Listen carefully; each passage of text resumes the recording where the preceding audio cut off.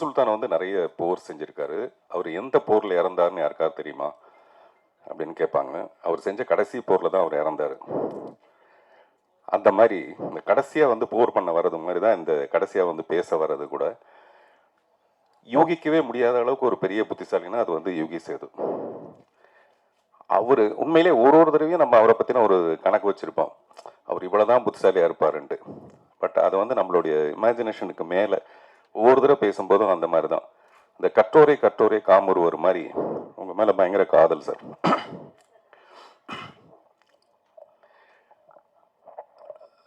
இந்த ஹேராம்னு ஒரு படம், கமல் சாருடைய படம். அந்த படத்தை பார்த்துட்டு ராதிகா போய் கமல் சார்கிட்ட கேட்டாங்களாம், இந்த படத்துக்கான தமிழ் ரைட்ஸ் எனக்கு கொடுப்பீங்களா அப்படின்ட்டு.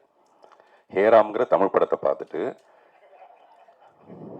கமல் சார்கிட்ட போய் ராதிகா மேம் வந்து இந்த படத்துக்கான தமிழ் ரைட்ஸை எனக்கு கொடுக்க முடியுமா அப்படின்னு கேட்டாங்களாம். அந்த மாதிரி ஒரு ஆங்கில படம் மாதிரி இருந்தது. அதுக்கு அடுத்தபடியாக இந்த படத்தை தான் சொல்ல முடியும். ஆங்கில படத்தில் கூட தப்பி தவறி ஏதாவது ஒரு 10-12 தமிழ் வார்த்தைகள் வந்திருக்கலாம் போல இருக்கு. இதில் ஒரு 5 வார்த்தை தான் வருது தமிழ் வார்த்தை. மீது எல்லாமே அப்படியே ஒரு இங்கிலீஷ் படம் பார்த்த மாதிரி இருந்தது. 1982 பால் நியூமேன் பண்ண ஒரு படம் ஒன்று, வெரிடிக்ட்னு ஒரு படம் இருக்குது. நேற்று நைட்டு நான் வந்து இந்த படத்தை பற்றி ஏதாவது பேசலாங்கிறதுக்காக போட்டு பார்த்தா அந்த படம் வந்தது. இந்த படத்தோட ட்ரெய்லரும் அந்த படமும் வந்தது. கிட்டத்தட்ட 2 படம் ஒரே மாதிரி தான் இருக்குது. நான் சொல்கிறது கண்டென்ட் சொல்ல, கதையை சொல்ல, இந்த மேக்கிங் ஒரு இங்கிலீஷ் படம் மாதிரியே இருந்தது. அதுக்கு மேலே பாராட்டுறதுக்கு யுகி சேது வந்து அதை புட்டு வச்சுட்டாரு. அதனால் அந்த சைடு நான் போகவே தயாராக இல்லை. அதில் வந்து எவ்வளோ டெக்னிக்கல் எக்ஸலன்ஸ் இருந்தது அந்த மாதிரி விஷயங்களை சொல்கிறதுக்கு. இந்த படமும் எனக்கு வந்து ஒரு டைட்டானிக் மாதிரி. டைட்டானிக் பேஸ் வந்து ஒரு கப்பல். இந்த படத்துக்கு நான் இங்கே வர்றதுக்கு காரணம் ஒரு கப்பல். அந்த கப்பல் வந்து கோபி, ராஜி. நீங்கள் எவ்வளோ அடக்கமாக இருப்பேன் பொண்ணுன்னு எனக்கு தெரியும், நீங்கள் அப்படியே மேடைக்கு வாங்க. ஏன்னா கோபி சொன்னார், நான் வீட்டுக்கு போக முடியாது சார், நான் பேசும்போது ராஜி பேரை சொல்ல மறந்துட்டேன், அதனால் கொஞ்சம் எப்படியா இருந்தால் நான் காப்பாற்றுங்க. நிஜமாக ராஜி நீங்கள் மேலே வாங்க, கோபி 2 பேரும் வாங்க. சார் எனக்கு கொடுக்குற அந்த புத்தகத்தை கொடுங்களேன், எனக்கு கொடுக்குறதா இருக்குது. அந்த நல்லா பேசினா தான் கொடுப்பீங்கன்னா அப்படி கொடுக்க முடியாது, எனக்கு இப்போயே கொடுத்துருங்க. கோபி, ராஜி 2 பேரும் மேலே வாங்க. ஒரு மனைவி வந்து ஹஸ்பண்ட் கிட்ட சொல்லியிருக்காப்புல, என்னையா நீ பாட்டில் வேலைக்காரி குளிக்கும் போது நீ போய் எட்டி பார்த்துருக்க, அதெல்லாம் தப்பு இல்லையா அப்படின்ட்டு. அந்த ஹஸ்பண்ட் வந்து, இல்லைல்லம்மா நீ நினைக்க தப்பெல்லாம் நினைக்காத, உன்னுடைய சோப்பையும் உன்னுடைய ஷாம்பையும் வேலைக்காரி யூஸ் பண்ணுறதா நான் கேள்விப்பட்டேன், ஒரு டவுட் வந்தது, உண்மையிலே அவள் அப்படி யூஸ் பண்ணலான்னு தெரிஞ்சுக்கிறதுக்காக தான் போய் பார்த்தேன். நான் 2யும் பார்த்தேன், கரெக்டாக இருக்குது, அது 2மே வந்து அவங்க சொந்தம் தெரிஞ்சுது எனக்கு அப்படின்ட்டு. வாங்க வேலைக்காரின்னு டக்குன்னு வரீங்க பார்த்தீங்களா, வாங்க. வீட்டுக்கு போகணுன்னு பயம் வந்துருச்சு, ராஜி பேர் சொல்ல மறந்து போயிட்டேன். ஆமாம், ஏன்னா ஆமாம் அவங்க 2 பேருக்கு ஒரு வாட்டி வீசா ரிஜெக்ட் ஆகிடுச்சு. என்னடான்னா கோபியோடைய பாஸ்போர்ட்டில் ஃபோட்டோவில் ராஜியோட ஃபோட்டோ இல்லையா, அதனால் ரிஜெக்ட் ஆகிடுச்சு. அதனால் ராஜி உங்களையும் பாராட்டு, சாரி மன்னிச்சிடுங்க, சாரி. நான் வேலைக்காரின்னு ஒன்றா டக்குன்னு இறங்கி வந்துட்டார், மேலே வந்துட்டார் போல இருக்கு அப்படின்னு நினச்சேன் நான். இல்லை நீங்கள் நல்ல வேலைக்காரன், அதுக்காக ஷாம்புன்னு ஒன்று வேறு தானே வந்தது எனக்கு, அப்படி நிறையா வரும்னு தெரியும் நமக்கு. இல்லை எதுக்காக சொல்ல வரேன்னா, இந்த மாதிரி ஒரு சமாளிக்கிற புருஷனுக்கு நடுவில் நேற்று நான் கோபி கிட்ட சொன்னேன், சார் நான் வந்து இந்த படத்தோட ட்ரைலர் எனக்கு அனுப்புங்க பேசுறதுக்காக. நான் மெசேஜ் அனுப்பிச்சேன், அவர் கேட்கல, தெரியல. அப்புறம் ஃபோன் பண்ணி சத்தம் போட்டேன், என்ன சார் உங்களுக்கு அது புரிய மாட்டேங்குது, அது உடனே எனக்கு அனுப்பிச்சிருக்கலாம்ல. இல்லை சார் எனக்கு இருக்கிற வேலையில் இந்த இதெல்லாம் பார்க்கறது ரொம்ப கஷ்டமாக இருக்குது, இதை வேற ஒரு பக்கத்தில் கையில் பிடிச்சிட்டு இருக்க வேண்டியதாக இருக்குது இந்த ஃபோனு அப்படின்னா. நான் சொன்னேன், அதுக்கு யாராவது ஒரு பொண்ணை வச்சுங்க சார் பக்கத்தில் ஹெல்ப்புக்கு, அப்படிலாம் வச்சுக்கணுன்னா நான் என் ஒய்ஃபை கிட்ட கேட்கணும் சார் அப்படின்னு. எனக்கு தெரிஞ்ச ஒய்ஃபை கேட்டு வச்சுக்கிற ஒரே ஒரு ஆள் வந்து கோபியாக தான் இருக்க முடியும். கோபியோட ராஜ்யம் இப்படி பிரமாதம் இருக்கிறதுக்கு காரணமே ராஜி தான். யாராவது ஃபோனை சொல்லுவாங்களா சார், நீங்கள் வேறு இப்போதான் நீங்கள் பெரிய புத்திசாலின்னு சொன்னேன் நான், நீங்கள் ஃபோனை வச்சுக்கணுமா, ஒரு 2 டவுட் வேறு கேட்குறீங்க நீங்கள். ஸோ இப்படி எதுக்காக சொல்லனா, இந்த மாதிரி ஒரு கப்பல் அமைகிறது ரொம்ப ரொம்ப கஷ்டமான ஒரு விஷயம். ஒரு ஃபியூ இயர்ஸ் வந்து அப்படி இருக்கலாமே தவிர, கடைசி வரைக்கும் பொண்டாட்டி பேச்சையே கேட்டுட்டு ஒரு புருஷன் இருக்கிறாங்கிறது அந்த போராட்டம் வந்து கோபிக்கு தான் போய் சேரும். அந்த மாதிரி நம்ம எங்கேயோ ஆரம்பித்து வெறும் கோபி ராஜியோட உண்மையிலேயே அவங்க 2 பேரும்கிட்டையும் ஹாசினி சொன்ன மாதிரி அவங்ககிட்ட ஒரு பொறுப்பை ஒப்படைச்சிட்டோம்னா டெஃபினட்டாக அவர் வந்து முழுக்க கோபி அதை பிரமாதமாக படுத்திடுவார். சில பேர் படுத்திடுவாங்க, பட் இவர் பிரமாதப்படுத்திடுவார். வரலட்சுமி அது பெரிய வரம் அவங்களுக்கு, அந்த நடிப்பு. டைரக்டர் வந்து அங்கே ப்ரெஸ் எல்லாம் கூப்பிட்டு வச்சுட்டு நீங்கள் கேள்வி கேளுங்கன்னு சொல்லிட்டு கேட்குறாரு. அவங்க கேட்குறாங்க, அதையும் கேட்குறீங்க அப்படின்றாரு இவர். நான் சொன்னேன், நீங்கள் தான் கேட்க சொன்னீங்க, அதுக்கப்புறம் கேட்காம என்ன பண்ணுவாங்க அப்படின்ட்டு. அதில் அவர் சொல்கிறாரு, ஒரு டேக் வந்து ஒரே டேக்கில் ஓகே பண்ணிட்டாங்க. ஒரு ஷாட்டை ஒரே டேக்கில் ஓகே பண்ணிட்டாங்க. இந்த படத்தில் நிறைய ஷாட் இருக்குது, அது ஒரு டேக்கில் ஓகே பண்ணிட்டாங்க. ஆனால் ஒரே ஒரு டேக் உள்ள, ஒரே ஒரு ஷாட் உள்ள இரவு நிழல் படத்தை ஒரே டேக்கில் அவங்க ஓகே பண்ணாங்க. நான் சொன்ன அது 2 மணி நேரம் படம்.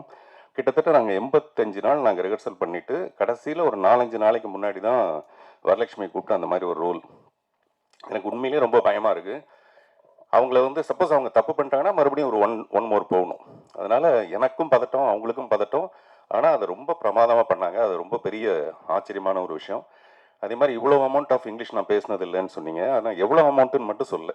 இந்த படத்துக்கு இவ்வளோ அமௌண்ட் வாங்கினேன் அப்படின்னு கூட சொல்லலை நீங்கள். அது வந்து ப்ரொடியூசர் கொஞ்சம் அதிகமாக கொடுத்துருப்பாருன்னு நினைக்கிறேன். அப்புறம் ப்ரொடியூசர் வந்து ரொம்ப நிஜமாகவே ரொம்ப அண்டர் ப்ளே பண்ணியிருக்கீங்க நீங்கள்.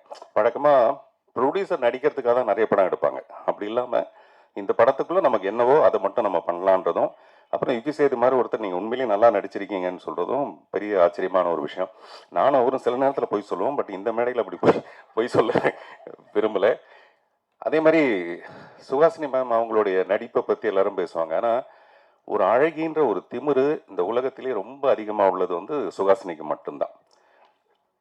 பார்த்திபன் எனக்கு இன்னைக்கு 50 வயசு பார்த்திபன் அப்படின்னு எனக்கு ஒரு ஃபோன் பண்ணி சொல்லுவாங்க, எனக்கு இன்னைக்கு 50 வயசு அப்படின்னு. நீங்கள் யோசிச்சு பாருங்க, எல்லா பெண்களும் ஒரு 28 வயசுக்கு அப்புறம் வயசை மறந்துடுவாங்க, நம்பரை மறந்துடுவாங்க, சொல்ல மாட்டாங்க. 50 வயசுலயும் ஒரு பெண் வந்து எனக்கு 50 வயசு ஆயிடுச்சுன்னு சொல்லணும்னா அப்போ தன்னுடைய திமிர் மேலே எவ்வளோ பெரிய ஒரு அழகு இருக்கணும். பாரு, நான் 50 வயசுல எவ்வளோ அழகாக இருக்கேங்கிறது. அந்த மாதிரி ரொம்ப செல்ஃப் கான்ஃபிடென்ஸ்னா அப்படி ஒரு கான்ஃபிடென்ஸு.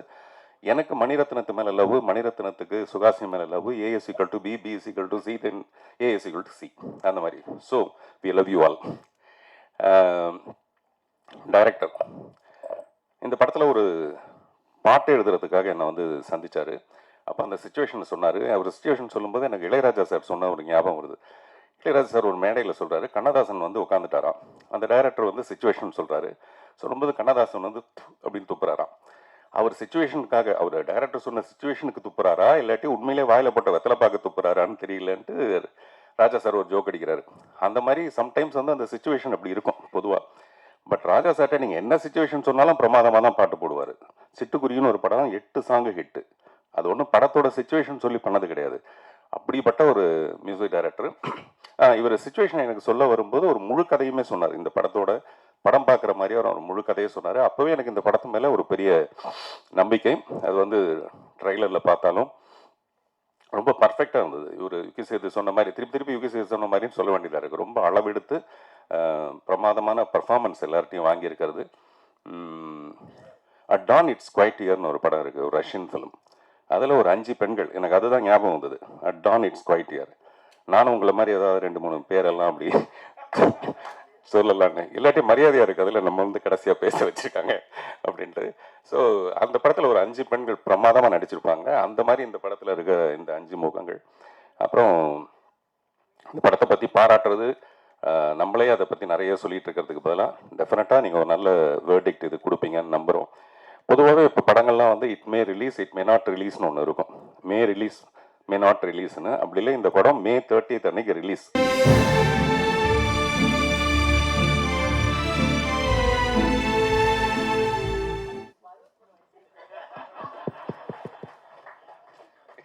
இதுதான் நான் சொன்ன பார்த்தீங்களா, 50 வயசுக்கே அந்த கொழுப்பு, அந்த திமிருன்னா 63 வயசுக்கு நிஜமாவே அது நிறைய பெண்கள் தெரிஞ்சுக்க வேண்டிய ஒரு விஷயம். ஒரு பெண்ணோட அழகுன்றது நம்ம நினைக்கிறோம் இந்த பெண்ணோட அழகு இதோட முடிஞ்சிருதுன்னு. அப்படி கிடையாது. ஒரு பெண் தன்னுடைய அழகை அறிவா மாற்றலாம். ஒரு 30 வயசுக்கு மேலே அதை அறிவா மாற்றிடலாம். சுகாசினிக்கு இருக்கிறதெல்லாம் அவங்களுக்கு அந்த மாதிரி தான். அந்த அறிவை கூட நம்ம அன்பா மாத்திட்டோம்னா கடைசி வரைக்கும் இருக்கலாம். அதுக்கான உதாரணம் வந்து மதர் தெரசா அவர்கள். அந்த மாதிரி ஒரு பெண்ணோட அழகுன்றது அளவிட முடியாத ஒன்று. 63 வயசுல அது அளவிட முடியாதது.